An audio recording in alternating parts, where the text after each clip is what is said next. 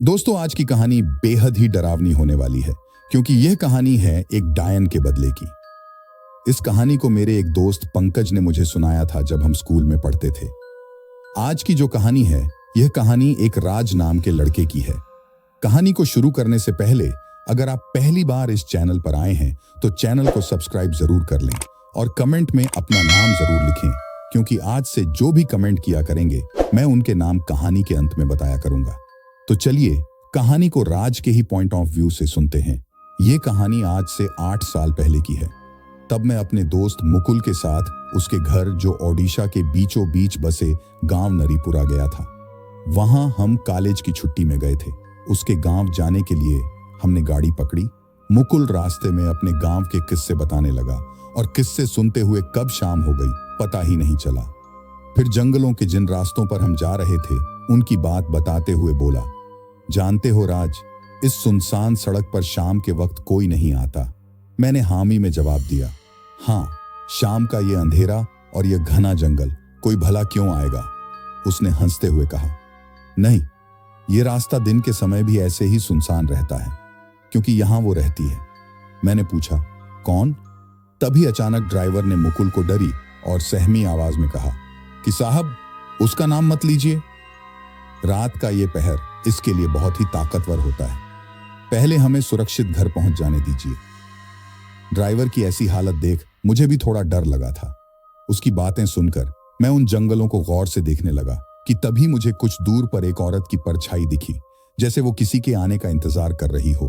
उसकी आंखें जंगल में फैले धुंध को चीर कर हमें देख रही थीं। मैं डर गया और तभी मैंने मुकुल को उस औरत को दिखाने के लिए बुलाया, मगर तब तक वो औरत गायब हो गई। लगभग 1 घंटे के बाद हम सही सलामत घर पहुंच गए, मगर मैं उसकी आंखों को भुला नहीं पा रहा था। मुकुल ने मुझे समझाया कि मुझ पर उसकी कहानियों का असर हुआ है और वो सब मेरे मन का वहम है। मुझे भी लगा कि हो सकता है मैं कुछ ज्यादा ही सोच रहा हूं। दरअसल हम गांव मुकुल के बड़े भाई शिवम की शादी में गए थे। वहां मैंने देखा कि मुकुल के सभी रिश्तेदार थे, मगर उसके चाचा और चाची नहीं थे। तभी मैंने मुकुल से इसके बारे में पूछा तो उसने बताया कि कुछ दिन पहले ही उसके पिता और चाचा के बीच एक जमीन को लेकर झगड़ा हुआ था और तभी से वो नाराज हैं। लेकिन शादी वाले दिन शिवम भैया की अचानक तबीयत बिगड़ी और देखते ही देखते शाम तक उनकी मृत्यु हो गई। पूरे घर में मातम छा गया। किसी को कुछ समझ नहीं आ रहा था कि ये क्या हो गया। मैं भी अपनी दोस्ती का फर्ज निभा रहा था, मुकुल को संतावना देकर, मगर ऐसी परिस्थिति में भी मुकुल के चाचा कहीं भी दिखाई नहीं दिए। कुछ ही दिन बीते थे कि मुकुल के मझले भैया भानु की भी उसी प्रकार मृत्यु हो गई जैसे कि बड़े भाई शिवम की हुई थी। मुकुल के पिताजी तो पूरी तरह से टूट गए थे। आखिर 2 जवान बेटे खोए थे उन्होंने एक ही हफ्ते में। इस बार मगर उसके चाचा आए थे। मुकुल के पापा को थोड़ी राहत थी उनके आने से। फिर कुछ देर बाद किसी काम से मैं मुकुल के कमरे में गया, पर मैंने कुछ अजीब सी चीज देखी। वो जंगल की परछाई मुकुल के कमरे में थी। बिखरे हुए लंबे गीले बाल, बिल्कुल सफेद रंग की चमड़ी, सड़े हुए पैर और वो भयावह आंखें और मुकुल के कपड़े को ऐसे सूंघ रही थीं कि मानो कुछ खोज रही हो। मैं डरा हुआ उसे देख रहा था। मैंने चिल्लाने की कोशिश की, पर मैं चिल्ला नहीं पाया। मुझसे भागा भी नहीं जा रहा था, जैसे कि मैं जम गया था वहां। तभी अचानक उसने मुझे देखा और देखकर मुस्कुराने लगी। उसकी वो मुस्कुराहट आज भी सोचता हूं तो शरीर में कपकपी जाग जाती है। और वो वहां से खिड़की से चली गई। मैंने तुरंत जाकर उसके घर वालों को इस बारे में बताया, पर किसी को भी मेरी बात पर यकीन नहीं था। मगर जल्द ही वो मेरी बात मान गए जब उन्होंने जंगल की मिट्टी मुकुल के कमरे में देखी। मगर गांव के लोगों के मन में अभी भी कुछ शंका थी। इसके बारे में मैंने जब मुकुल से पूछा तो उसने एक कहानी सुनाई। करीब 25 साल पहले गांव में एक डायन का आतंक था। वो छोटे बच्चों का शिकार करती थी। तभी मुकुल के पिताजी और चाचा जी ने एक बहुत ही सिद्ध बाबा को गांव बुलाया और उस डायन को गांव से जंगल में भगाया था। मगर बाबा ने यह चेतावनी दी थी कि यह तब तक ही जंगल में है जब तक कोई मनुष्य इसे खुद जंगल से गांव न ले आए। गांव में अब डायन की खबर आग की तरह फैल गई। सभी गांव वालों को मालूम हो गया कि डायन का काला साया फिर से गांव की खुशियों को निगल जाएगा। इसकी शुरुआत भी हो चुकी थी। मुकुल के बड़े भाई और मझले भाई की मौत से अब मुकुल की बारी थी। जब से उस डायन की मुकुल के कमरे में मौजूदगी के बारे में उसके पिता को पता चला है, तब से उनका बुरा हाल है। मुकुल के चाचा उन्हें साहस और सूझबूझ से काम लेने को कह रहे हैं। इसी बीच मुकुल की चाची भी पूरे घर और रिश्तेदारों को संभाल रही हैं। मुकुल की चाची की बात करें तो बेहद खूबसूरत, मानो जैसे कोई इंद्रलोक की अप्सरा धरती पर सबको मोहित करने आ गई हो। खूबसूरत सी आंखें जिन्हें देख ले मूरत बना दे। वो मेरी तरफ आ रही थी। उन्होंने पूछा, बेटा चाय पिएंगे? देखने में तो हमउम्र ही थी। उनके मुंह से बेटा सुनकर मुझे अच्छा नहीं लगा। मैंने मुकुल से इनके बारे में पूछा तो उसने कहा कि चाचा की दूसरी शादी हुई थी उनकी पहली पत्नी की मृत्यु के बाद। मैंने मुकुल को घर से बाहर न जाने की हिदायत दी और खुद निकल आया उस डायन का रहस्य जानने के लिए। गांव पहले से ही डरा और सहमा हुआ था और ऊपर से मेरे सवाल उन्हें भविष्य में होने वाले किसी अनहोनी को संकेत दे रहे थे। किसी में भी हिम्मत नहीं हुई कि मेरे सवालों के जवाब दे सकें। शाम भी हो गई थी। मैं अब घर की तरफ जा ही रहा था कि रास्ते में एक बुढ़िया मिल गई जो इस वक्त अपने घर का रास्ता भूल गई थी। उसने मुझे आवाज लगाई कि तनिक उसे मैं घर पहुंचा दूं। मैं बुढ़िया को उसके घर पहुंचाने के लिए चल पड़ा। मैंने सोचा, इनकी तो उम्र हो गई, इनको शायद मालूम हो। मैंने बोला, अम्मा उस डायन के बारे में कछु जानती होगा? पर अम्मा कुछ न बोली। रास्ते भर मैं इनसे यही पूछता आया, पर वो मेरी बातों को नजरअंदाज करती रही। मुझे लगा कि शायद ये भी कुछ न बताए। मैं उनको उनके घर छोड़कर जैसे ही जाने लगा, उन्होंने मेरा हाथ पकड़ लिया और बोली, तनिक भीतर तो आओ बचुआ। उन्होंने कहा कि डायन के बारे में खुलेआम बातें नहीं करनी चाहिए, वो इन हवाओं के जरिए सब सुनती है। अब बताओ क्या जानना है तुम्हें? मैंने बोला, अम्मा उस डायन के बारे में सब कुछ जानना है, मगर शुरुआत से। आखिर ये शुरू कब और क्यों हुआ? जहां मैं गांव के दूसरे हिस्से में उस डायन की कहानी सुन रहा था, वहीं मुकुल के घर सब चिंतित थे कि मुकुल को उस काले साए से कैसे बचाए। तभी मुकुल के पिताजी और चाचा जी ने ड्राइवर के साथ उन अघोरी बाबा के पास जाने का फैसला किया, मगर मुकुल के पिताजी ने अपना फैसला बदला और चाचा जी को ले जाने से मना कर दिया और कहा कि अब मुकुल की सुरक्षा उनके भरोसे छोड़कर जा रहे हैं। मुकुल के चाचा जी ने भी उनकी इस बात पर भरोसा दिलाया कि अब मुकुल की चिंता वो उन पर छोड़ दें और जल्दी से उन बाबा को लेकर गांव आ जाए। भरोसा पाते ही मुकुल के पिताजी ड्राइवर के साथ बाबा को लेने के लिए निकल गए। इधर बुढ़िया ने कहा कि क्या जानना चाहते हो बचुआ? मैंने कहा, सब कुछ, जो भी मैं उस डायन के बारे में जान सकता हूं। यह गांव डरता है उससे, इसलिए कोई मुझे उसके बारे में नहीं बता रहा। बुढ़िया ने चिल्लाकर कहा, क्या ही कर सकते हैं ये गांव वाले, ये मुर्दे हैं सब। पहले भी इन्होंने कुछ नहीं बोला था और अब भी नहीं बोलेंगे। मैंने पूछा कि आप किस बारे में बात कर रही हैं? थोड़ा शुरू से बताइए कि क्या हुआ था। बुढ़िया जमीन पर बैठ गई और मुझे भी बैठने को कहा। मैं बुढ़िया के बगल में ही बैठ उसकी कहानी सुनने को आतुर हो रहा था। बुढ़िया ने कहानी शुरू की। वो बोली कि करीब 30 साल पहले इस गांव में एक माही नाम की औरत थी जो बच्चियों को कढ़ाई का काम सिखाती थी। उसे बच्चों से बहुत लगाव था, मगर कुदरत का खेल देखो, 5 साल में एक बच्चा भी ना हुआ उस बेचारी को। गांव समाज तो छोड़ो, उसका पति, उसका जेठ सभी ताना मारते उसे बांझ कहते, उसे दुत्कारते थे। वो बेचारी रोती भी तो किसके सामने? ऐसे में उसे सहारा मिला आसम के एक छोटे से गांव मायोंग से आया निखिल, जो मजदूर था, और उसकी बेटी बासु, जो माही के पास ही कढ़ाई का काम सीखती थी। उसकी मां तो उसके पैदा होते ही गुजर गई थी और निखिल को भी माही पसंद थी। दोनों चोरी चुपके मिलने लगे और एक रात को उन्होंने गांव छोड़कर भागने का निर्णय किया। मगर किसी से मोहब्बत करो तो जगह जाहिर हो जाता है, और फिर माही के पति को इस बात की भनक हो गई। बीच में टोकते हुए मैंने बोला, फिर क्या हुआ? दोनों भाग गए या नहीं? इधर मैं बुढ़िया अम्मा की कहानी में खो सा गया और उधर मुकुल के पिताजी उन बाबा को बुलाने के लिए निकल गए थे। रात के उस अंधेरे में मुकुल के पिताजी ने एक प्रकार का जोखिम लिया था। गाड़ी का ड्राइवर जंगल से जल्दी निकलने के लिए गाड़ी बहुत तेज चला रहा था कि अचानक उसकी गाड़ी के आगे एक जलती हुई औरत आ गई। कि तभी ड्राइवर ने गाड़ी को मोड़कर गाड़ी रोकनी चाहिए, मगर तभी गाड़ी का हादसा हो गया। तभी उनकी गाड़ी के पास वो ही जंगल की परछाई आई। इधर मैं माही की कहानी में खोया था और वहां पर वो डायन मुकुल के पिताजी को उठा ले गई अपने साथ। मैंने उन बुढ़िया से दोबारा पूछा कि क्या वो दोनों भाग गए। बुढ़िया ने कहा, नहीं, वो भाग नहीं पाए। माही के ससुराल वालों को इसकी भनक हो गई थी और उन्होंने माही को एक कमरे में कैद कर लिया। उसे उसका पति और जेठ दोनों मिलकर खूब पिटते थे और मारते थे। एक दिन बासु को माही की खूब याद आई और वो माही से मिलने के लिए चोरी चुपके निकल गई।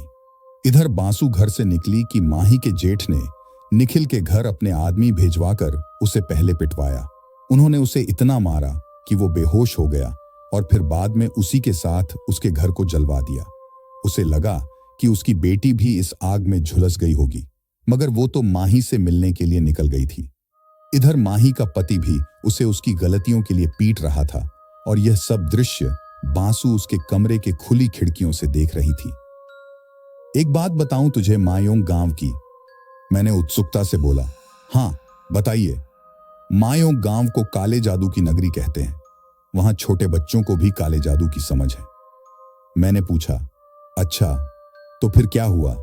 बुढ़िया ने कहा कि होना क्या था, अब कि जैसे ही माही के पति ने उस पर हाथ उठाया, बासु ने अपना आपा खो दिया और अचानक से माही के पति का हाथ हवा में रुक गया और वो जमीन पर धड़ाम से गिर गया। बासु ने अपनी शक्तियों से माही के पति का आधा शरीर लकवाग्रस्त कर दिया। माही बासु के इन शक्तियों से अनजान न थी। उसे इसके बारे में निखिल ने पहले बताया था, लेकिन वो अभी अपनी शक्तियों में परिपक्व नहीं है। मगर गांव में अब यह हल्ला हो गया कि माही एक डायन है जिसने अपने ही पति को काले जादू से अपंग कर दिया। गांव में माही के जेठ ने उसे जिंदा जलाकर मारने का प्रस्ताव रखा और गांव में कोई भी मना नहीं कर पाया।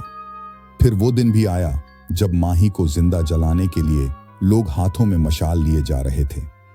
बासु अपनी शक्तियों का इस्तेमाल करना चाह रही थी, मगर नहीं हो पाया और माही के जेठ ने उसे पूरे गांव के सामने जला दिया। माही आग की जलन से चीखती रही, चिल्लाती रही, मगर किसी का भी दिल नहीं पसीजा। कुछ देर बाद उसकी चीखें सिसकियों में बदल गईं और कुछ देर बाद वो खामोश हो गई। दूर से खड़ी बासु यह सब देख स्तब्ध खड़ी थी। उसकी आंखों में आंसू नहीं थे, मगर एक बदले की भावना थी। और जानते हो राज, वही बासु ही असली डायन है।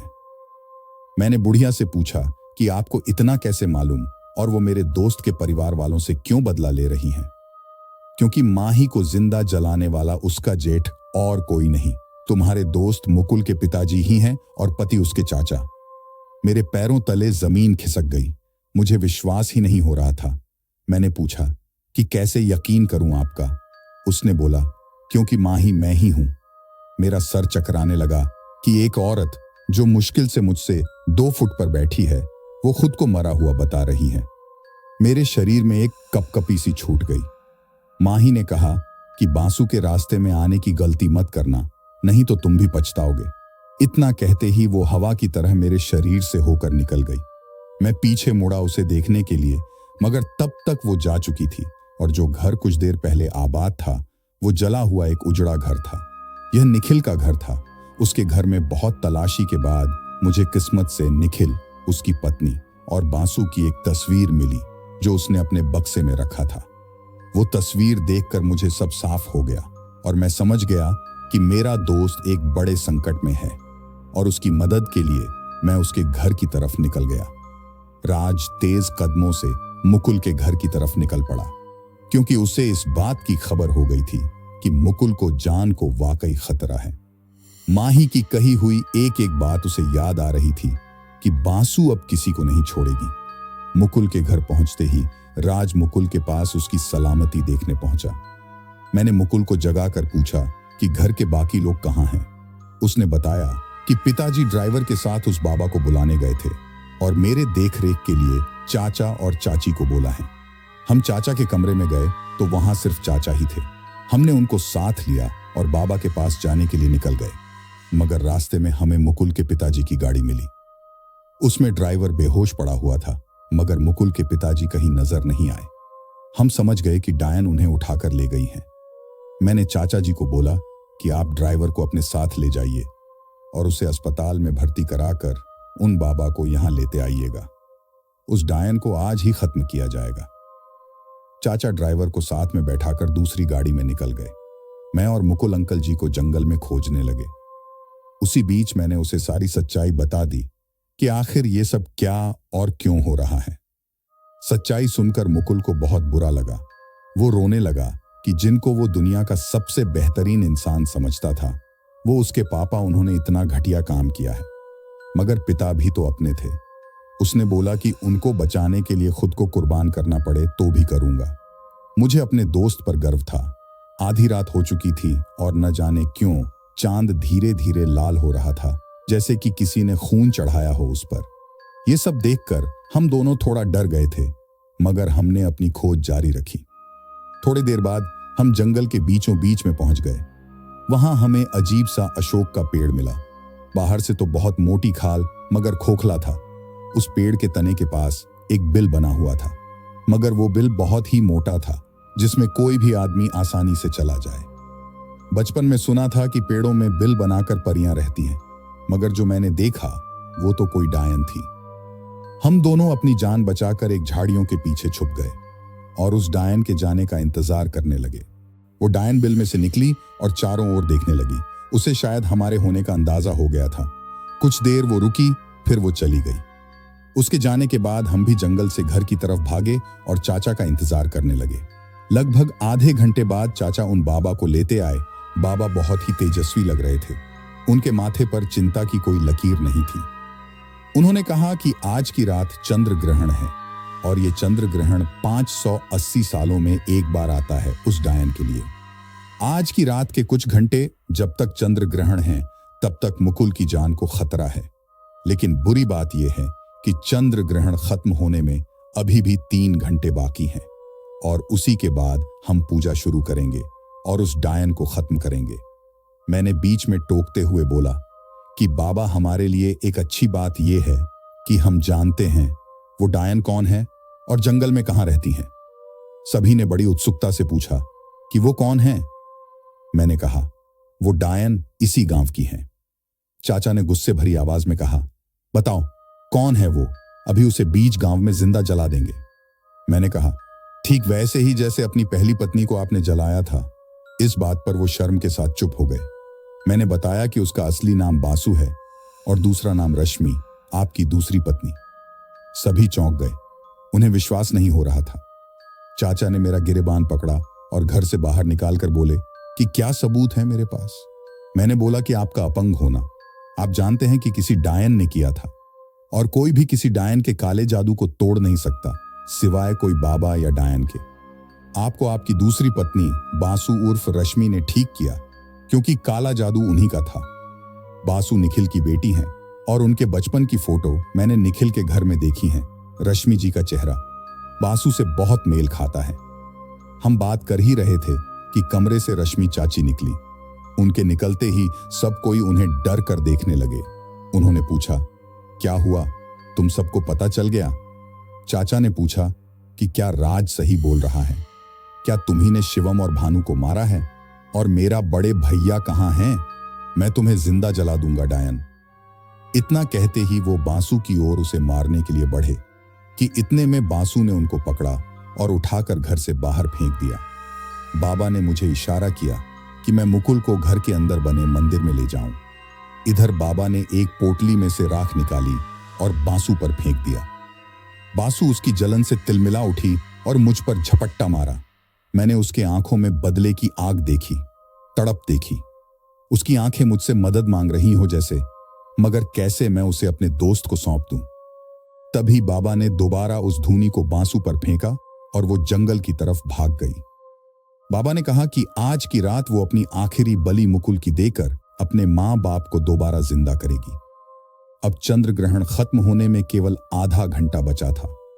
तभी बाबा ने अपने चारों ओर आटे का घेरा बनाया और उस घेरे के अंदर मुकुल और मुझे रहने को बोला। उन्होंने बोला कि किसी भी हाल में उस घेरे के अंदर से निकलना नहीं है। इतना कहकर बाबा ध्यान में लीन होकर मंत्र पढ़ने लगे। इधर चंद्र ग्रहण खत्म होने वाला था और बांसु हर वो काम कर रही थी जिससे मुकुल घेरे से बाहर आ जाए, पर हम दोनों बाबा के कथानुसार उसी घेरे में बैठे थे। तभी हमें मुकुल के पिताजी की आवाज सुनाई दी। वो मुकुल को मदद के लिए उसे आवाज लगा रहे थे। मुकुल एकदम से उठा और उस आवाज के पीछे घेरे के बाहर भागा। मैं भी उसे रोकने के लिए उसके पीछे भागा।